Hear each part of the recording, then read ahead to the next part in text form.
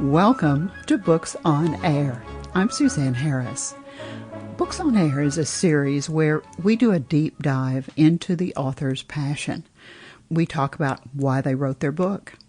We talk about what their writing process is like and what they hope their readers will take away from the book.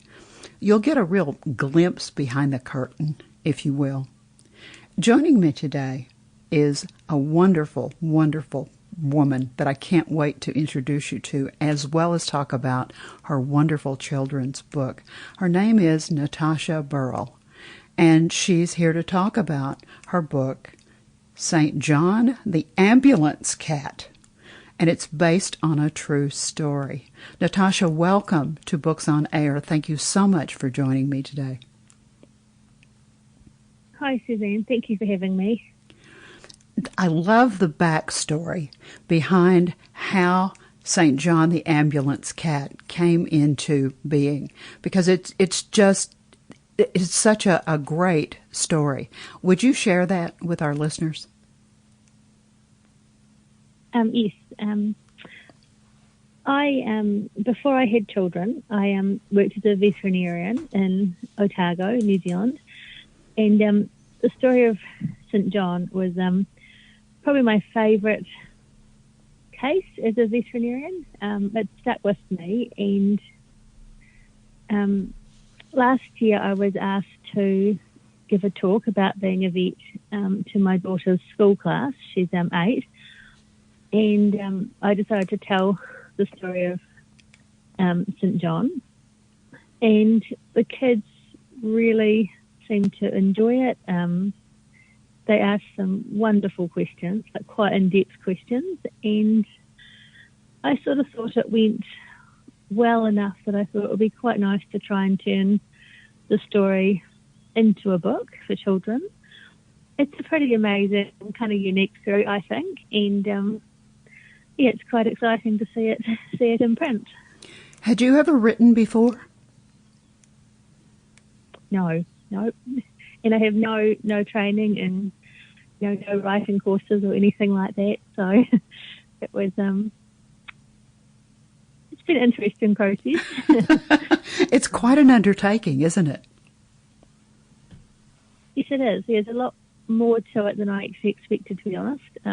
It's quite a process and quite a production, but it's been fun.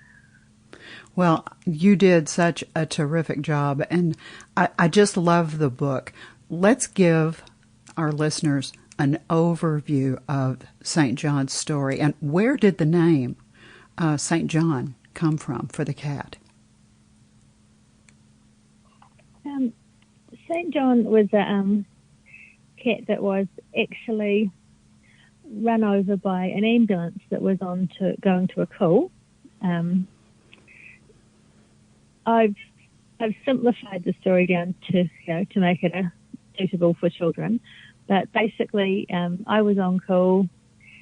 A phone call came in, and St. John was delivered to the clinic in an ambulance by the paramedics, and the book follows his veterinary treatment. He was reasonably badly injured, and he went through all his treatment, and then in the end was adopted by the paramedic. So pretty amazing. St. John is actually the ambulance service in New Zealand is actually the St. John Ambulance Service, and the staff at the veterinary clinic, we decided to call him St. John just because pretty unique having an animal delivered to you like that. So, yeah, it was pretty cool story. You know, I used to be a teacher, and I can almost hear you standing up in front of a group of 5, 6, 7, 8-year-old children and starting to tell the story. And when you would say that the cat had been run over, I can almost hear them all go, "Oh!" Did they? It was that was the hardest part, I think, to try and write that in a way that wasn't too confronting. To put that in a children's book was actually the bit I struggled with the most, how to do that. But then my daughter's at a rural school. Most the rural kids are pretty, they've all got lots of animals, pretty realise that things, can go wrong and do go wrong. And, they... I think one of the kids may have asked me straight away, is there a happy ending? So yes, yeah. I think that this is quite a story. I tend to be a real fan of children's book authors. They're some of my very favorite authors, simply because when you have an idea, as you have, and you begin to think about how to put that idea down for children, you've already said it. It's not as easy as you think it is. The process of writing is a very interesting process. I've written several books myself, one fiction book that will never see the light of day, and several nonfiction books. And when you start to go into, you were attempting to fictionalize a real incident and put it into the context of a book that children could hear and could read and not have too much of a negative reaction to the situation that started a story off that was going to have a very happy ending. How difficult was it for you to sit down and try to fictionalize a real incident? It was difficult just but at the start, and obviously in real life, the story was a lot more complicated. But I wanted the kids to feel that they understood the steps, especially the veterinary treatment steps. Like, I wanted to make it kind of truthful, but as simple as I could. I think the illustrators done a wonderful job of showing the care especially from the paramedics and things that this cat was given, and I hope that sort of overcomes the fact that the book starts with a wee serious incident and goes from there. But I also wanted it to be realistic. I mean, cats do get run over. It's quite a common thing, It's just I didn't want it to be, I'm not sure the word I'm looking for, but I didn't want it to be that bit to be glossed over, because, that's where it is where it all started. So. Good. Yes, I think I agree with everything that you just said. And I admire you for looking at this and recognizing the importance of it. Do you think that there are themes that run through St. John? I mean, to me, one of the themes that runs through it is, now I'm a cat person too. I mean, I love cats. And I can see St. John in my mind. And so I'm a kind person, and I would want to rescue him, and I would want to take care of him. And are there some themes like that you feel that run through the book that young children will gather from it? I'm hoping they'll get the feeling that caring and compassion for animals, I'm hoping that runs through the book. I was hoping to inspire children that, there is the possibility of becoming vets and caring for animals, and, the satisfaction when something has a happy ending and something goes well. But, excuse me, I also just personally thought it was amazing that the paramedics took the time to work things out so someone could rescue this cat, and that the human patient was seen. That was obviously the first priority, I suppose, as it was. But just even people, doing really busy jobs like that, still, cared enough to go out of their way to make sure this cat was okay and looked after. I think it says a lot about that person and about the people who took, I just think it really does. I mean, you're right. They were in a difficult position and a difficult situation to begin with, and we both know that there could have been people who would have said, "Oh, that's just a cat. We have to hurry. We have to get this person to the," and they didn't. They took the time to scoop him up and get him his own medical care, and I just think that's a wonderful, wonderful thing. And I, like you, hope that the book encourages kids to think about becoming a veterinarian or in some way working in the veterinarian sciences, because I think why not? I mean, it's working with wonderful animals. What's not to love? Yeah, exactly. Yes. Let's tell our listeners one more thing about children's books for me. They're very special, partly because they're children's books, and it's what happens with a children's book when it comes into a household.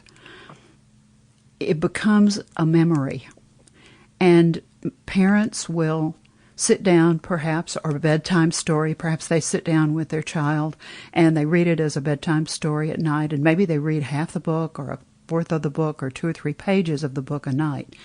But St. John will become part of their nightly bedtime ritual for X number of days.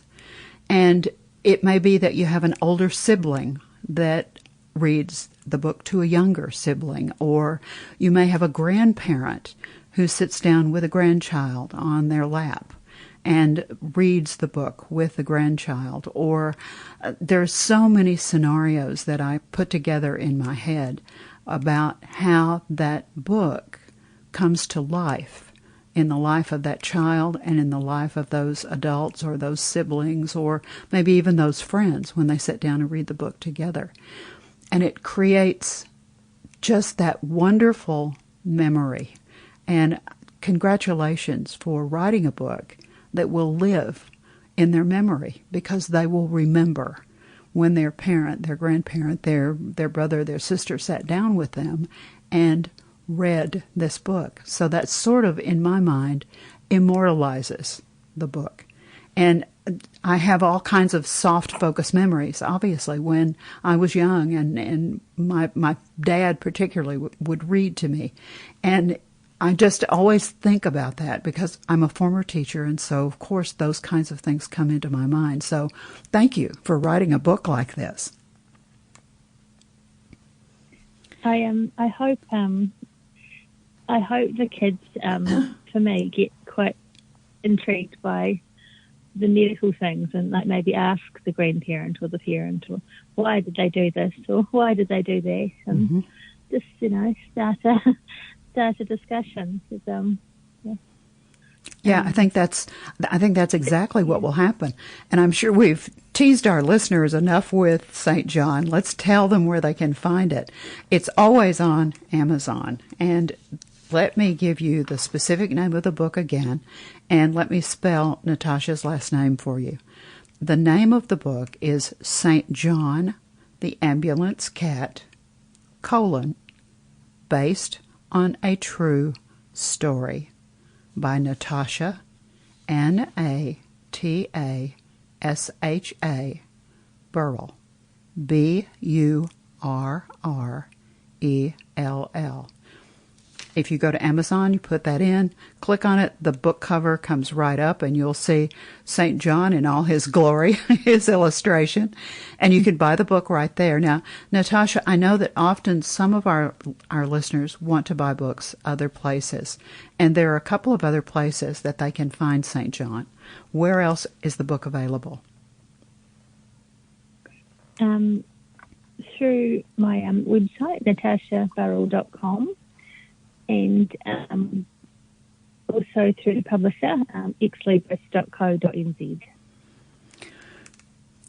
I always like for the author to have the last word about their book, because it's your work, you wrote it, and I always think it's important that you get to say the last things about it.